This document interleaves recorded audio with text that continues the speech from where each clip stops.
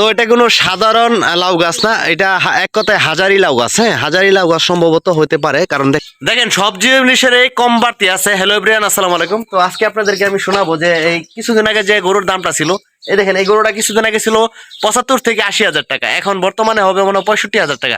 আর চিন্তা করেন এই মাত্র 15 দিনের ব্যবধানে 15 হাজার টাকা লস হয়ে গেল, বা এটা কম হয়ে গেছে। তো কৃষকরা যারা গরু পালে তারা কিভাবে পালবে, দেখেন এই দেখেন নাড়াই করতেছে কিভাবে। তো আমরা এখন এই বাছুরটার দিকে তাকাবো। দেখেন এইটা দেখা যায় কিন্তু ছোট বাছুর। হ্যাঁ, এই দেখেন এটা কিন্তু বিরাট তেজ ভাই, দেখেন শিং উঠতে গেছে। হ্যাঁ, এই দেখেন ছোট মরিচের জাল বেশি কথায় আছে না, দেখেন শিং উঠতে গেছে। তো ওইটা তেজ, এই দেখেন আমার ধরতেই দেয় না। তো আমরা এই মুহূর্তে আছি আমাদের বাড়িতে। এই দেখেন ছোট ভাই পাশে, ওই পাশে দেখেন এই আপনার মুরগিরা এ করতেছে। আর আপনারা ওই পাশটা দিয়ে দেখাই, এক কথায় হাজারি লাউ গাছ। হ্যাঁ, হাজারি লাউ গাছ সম্ভবত হতে পারে, কারণ দেখেন এই গাছে কিন্তু অনেকগুলো লাউ ধরছে, লাউয়ের করা আসছে এই গাছে, দেখতে পারতেছেন। তো এইগুলা কিন্তু দেখা যাইতেছে যে আমরা যারা ঢাকা শহর লাউ খাই কিনে, তারা সেই ক্ষেত্রে দেখা যাইতেছে হাইব্রিড যে লাউগুলো আছে সেই লাউগুলো আমরা খাই। হ্যাঁ, আর গ্রামে যদি আমরা থাকি, গ্রামে আমরা থাকলে সেই লাউগুলো একদম বিশুদ্ধ লাউ হয়।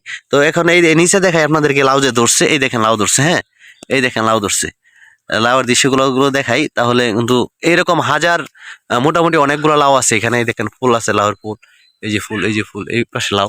এই দেখেন আরেকটা দৃশ্য আপনাদের দুই দেখাই, এই দেখেন পুঞ্জি দেওয়া উঠছে। হ্যাঁ, এটা কিন্তু একটা খেরের পুঞ্জি, আমরা পুঞ্জি বলি, এই খেরের পুঞ্জি দেওয়া উঠছে।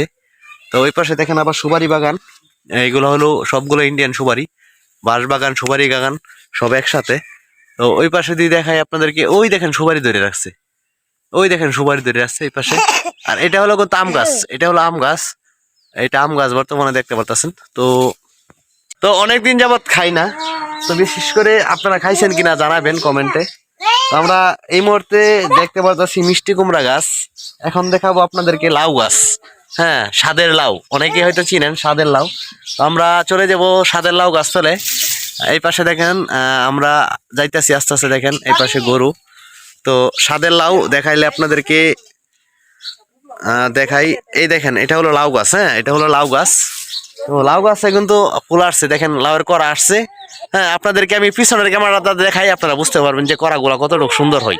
এখন আপনাদেরকে এমন বড় একটা লাউ দেখাবো, এই লাউটা দেখেন, এটা কিন্তু আমরা বেসন রাখছি। হ্যাঁ, এই লাউটা দেখা যাচ্ছে আমরা রাখছি, এটা বড় হয়েছে, বা এটা আমরা খাবো না এখন, এটাতে আবার মনে করেন যে চারা ফুটে আবার আগামী বছর লাউয়ের চারা রোপণ করবো।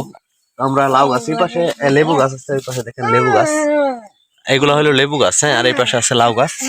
তো এই জন্য আমরা দেখা যাইতেছে যারা গ্রামে থাকি, বিশেষ করে আমরা যারা গ্রামে থাকি তারা আমরা সবজি খুব কম কিনে খাই, সবজি খুব কমে কিনে খাই আমরা যারা গ্রামে থাকি।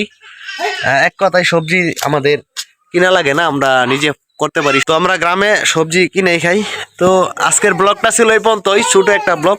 পরবর্তী ব্লগের জন্য আপনাদের জন্য শুভকামনা রইল এবং ভালোবাসা রইল। দেখেন কিভাবে নাড়াই লাগে গরু, দেখছেন।